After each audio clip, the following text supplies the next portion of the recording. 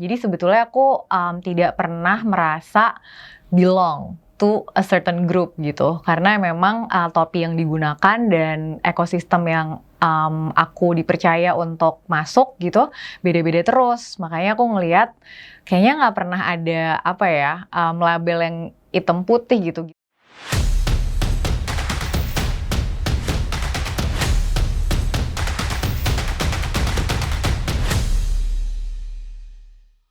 Hai, nama saya Gita Syahrani, mewakili Koalisi Ekonomi Membumi. Koalisi ini isinya 34 organisasi dan sebetulnya misi bersama kita adalah membuktikan kalau Indonesia bisa punya ekonomi sektor yang di luar ekstraktif atau konvensional monoculture. Yang aku coba gunakan adalah terminologi si perangkai gotong royong ini. Karena emang loncat-loncat terus. Dulu aku jadi corporate lawyer yang emang fokus di isu lingkungan sih, tapi dari kacamata financing gitu. Terus aku mencoba untuk lebih aktif di public policy, di nasional. Abis itu aku masuk think tank gitu ya. Setelah itu aku membantu merangkai gotong royong tapi buat large corporation. Habis itu buat daerah. Jadi sebetulnya aku tidak pernah merasa belong to a certain group gitu. Karena memang topi yang digunakan dan ekosistem yang aku dipercaya untuk masuk gitu beda-beda terus. Makanya aku ngelihat kayaknya nggak pernah ada label yang hitam putih gitu. Kita tuh A atau B atau C gitu. Ya udah, kita tuh floating aja. Jadi lumayan abu-abu. Dan aku juga ngerasa aku tuh kontribusinya terhadap alam ini juga masih ya biasa aja gitu. Maksudnya lewat profesi iya, tapi apakah misalnya di rumah aku punya garden yang bisa self-sufficient gitu, nanam makanan sendiri? Enggak gitu. Apakah aku sudah tidak menggunakan plastik sekali pakai sama sekali? Enggak juga. Ya aku orang biasa aja, orang biasa yang hidup di kota besar. Aku bukan bagian dari masyarakat adat, aku juga bukan orang lokal yang benar-benar masih tinggal di daerahnya. Aku pindah dari Bandung ke kota yang lebih besar di Jakarta. Jadi aku ngerasa aku ya orang biasa tapi yang lagi berusaha buat berkontribusi. Makanya aku sering bilang ya aku bagian dari orang-orang yang abu-abu, yang nggak di spektrum yang hitam atau putih dengan label yang jelas. Ya orang biasa aja.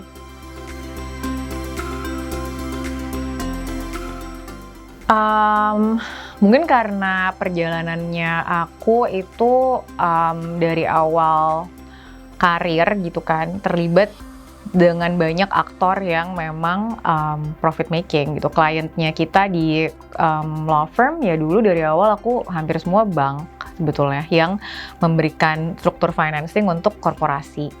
Tapi di sisi lain juga kerja bareng sama pemerintah nasional dan beberapa organisasi non-profit juga yang berusaha melakukan banyak hal yang positif dan sesuai sama kalau buat aku misi hidupku gitu. Yang adalah gimana caranya Indonesia ini orang-orangnya seimbang gitu. Antara sayang sama alam, sayang sama manusia, sayang sama semesta gitu kan. Nah dari sisi itu aku melihat sebetulnya profit atau non-profit itu cara orang bergerak gitu. Dan yang paling penting itu adalah intensi di belakangnya. Dia mau gerak kemana, bagaimana dia mau menggunakan caranya itu untuk mencapai tujuan. Jadi aku nggak pernah sih membeda-bedakan orang itu profit atau non-profit. Berarti yang non-profit baik banget gitu. Yang for profit itu jahat banget, nggak pernah seperti itu. Karena profit making, non-profit itu adalah cara. Yang paling penting adalah apakah ada intensi baik di belakangnya, tujuan yang mau dicapai itu kemana, dan pada saat menjalankan caranya itu, apakah betul-betul konsisten dengan prinsip-prinsip dasar yang dipegang. Prinsip dasarnya ya kalau aku bilang, do no harm at least gitu kan, jangan mencelakai, jangan menimbulkan dampak yang negatif, kalau bisa kasih dampak yang positif lebih bagus lagi.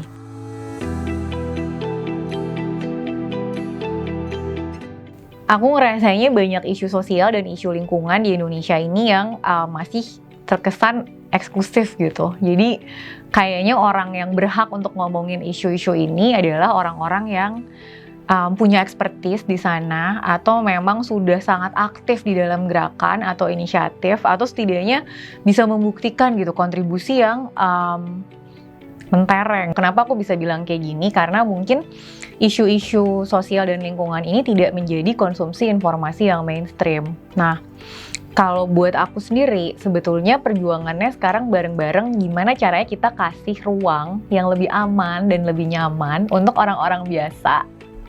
Seperti ya, aku sering ngerasanya aku biasa-biasa masih banyak dosanya lah gitu kan. Tapi ngerasa bahwa bisa jadi bagian dari perjuangan ini, dan caranya mungkin supaya ruang amannya tercipta memang harus mulai dari hal-hal simpel yang bisa dilakukan. Nah, yang sering kita lupa sebetulnya tanggung jawab atau peran, atau kalau aku bilangnya kekuatan pribadi diri sebagai individu itu juga bisa mempengaruhi sesuatu yang lebih sistemik sebetulnya. Dan mungkin ini yang kurang dikomunikasikan, sehingga teman-teman yang ya pekerja kantoran gitu di Jakarta, yang aku sering ketemu sama teman-teman, ya udah nongkrong aja pulang kantor gitu, capek, udah banyak pikiran, banyak cicilan gitu kan.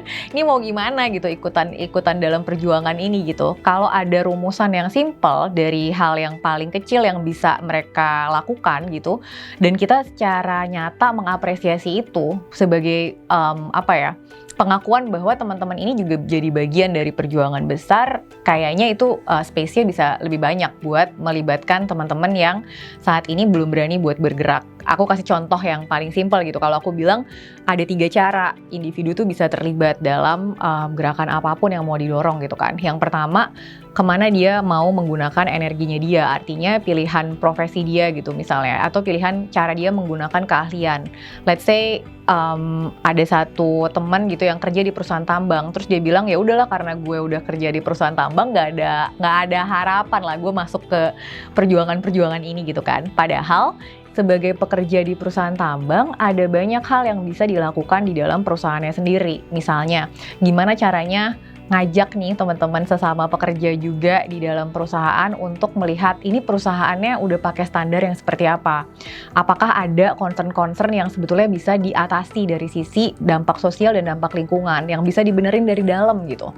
Yang kedua, kalau orang ini bekerja, berarti dia punya resource, dia punya setidaknya uang lah untuk belanja bulanan gitu. Pada saat belanja bulanan, bisa nggak teman-teman ini dikasih opsi sama-sama beli beras, tapi mungkin lebih mahal Rp600 gitu ya. Tapi yang Rp600 ini ketahuan datangnya dari petani yang seperti apa. Kalau opsi di mana orang ini bisa spending uang belanja dengan lebih bertanggung jawab, maka itu kan aksi yang bisa dilakukan keseharian gitu. Yang ketiga adalah bagaimana dia ikut menyebarkan cerita gitu. Kadang-kadang aku suka gemes juga kalau orang bilang, ya lu mah cuma repost doang, reshare doang gitu.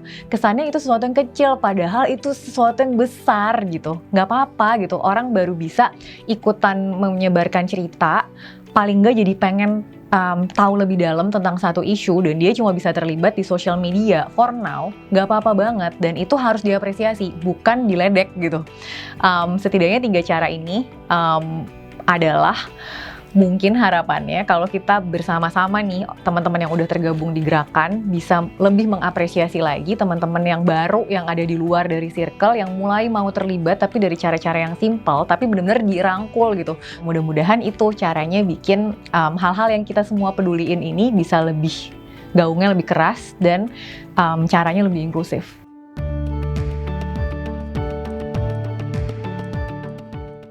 Mungkin kalau buat aku sendiri, kadang-kadang ini udah banyak banget orang yang melakukan banyak hal yang keren-keren banget. Aku juga sangat beruntung gitu ya bisa membantu kantorku gitu yang dulu maupun yang sekarang, Lingkar Temu Kabupaten Lestari, dan sekarang di Koalisi Ekonomi Membumi, karena jadi kenal banyak banget aksi nyata yang terjadi di kabupaten, banyak banget aksi nyata yang dilakukan oleh para entrepreneurs gitu yang benar-benar mati-matian nih belain petani gitu supaya panennya bisa dibeli.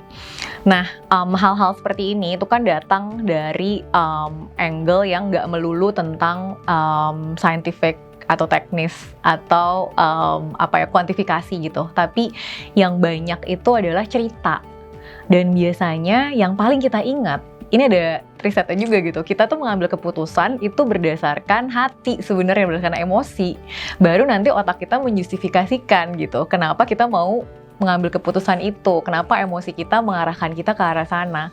Nah, jadi sebetulnya yang bisa jadi game changer adalah kalau kita semakin banyak punya cerita dari seluruh Indonesia sebetulnya. Cerita-cerita yang mungkin keren-keren, tapi juga cerita-cerita yang nunjukin realita di lapangan tuh kayak apa.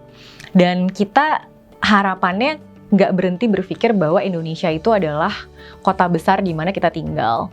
Harapannya kita jadi bisa melihat apa sih konektivitas antara kita yang tinggal di Jakarta dengan misalnya kebakaran hutan yang ada di Kalimantan Barat, sekaligus upayanya teman-teman masyarakat dan juga teman-teman pelaku usaha di Kalimantan Barat untuk merestorasi lahan yang sudah rusak dengan komoditas yang kemudian jadi produk yang bisa kita beli di Jakarta. Nah, cerita-cerita ini yang sebetulnya bukan cuma menarik kita dari kacamata logika kita, tapi dari kacamata rasa kita gitu, hati kita tergerak. Ini yang harus dikumpulkan dan lebih banyak digaungkan. Gimana caranya kita ngebanjirin kanal-kanal konsumsi digital kita sehari-hari dengan cerita-cerita keren dari seluruh Nusantara ini. Karena Indonesia tuh bukan cuma kota besar, Indonesia itu diwakili dengan banyak banget game changers gitu kan, champions yang ada di pelosok gitu, di banyak tempat. Dan gimana caranya kalau kita bisa membanjiri konten digital ini di mana-mana, harapannya itu bisa bikin orang juga lebih mengapresiasi, orang lebih ingat, dan teman-teman yang betul-betul jadi penggerak di lapangan, di kabupaten, di desa, itu juga ngerasa, gila gue keren juga ya gitu. Jadi dia tetap stay di sana, dan akhirnya itu konsep menurutku desentralisasi keberdayaan yang sesungguh-sungguhnya gitu. Karena orang benar-benar memilih untuk tinggal di sana, karena mereka ngerasa this is the path of the future that I want, bukan karena kepaksa. Itu sih harapannya. Game changing senarionya adalah kita mendefinisikan keren yang baru yang adalah keren itu berkarya dari manapun kamu berada, tapi juga terkoneksi antara satu sama lain, karena Indonesia itu ya cuma bisa ada dan cuma bisa terus bergerak kalau kita gotong royong. Satu Indonesia sebenarnya.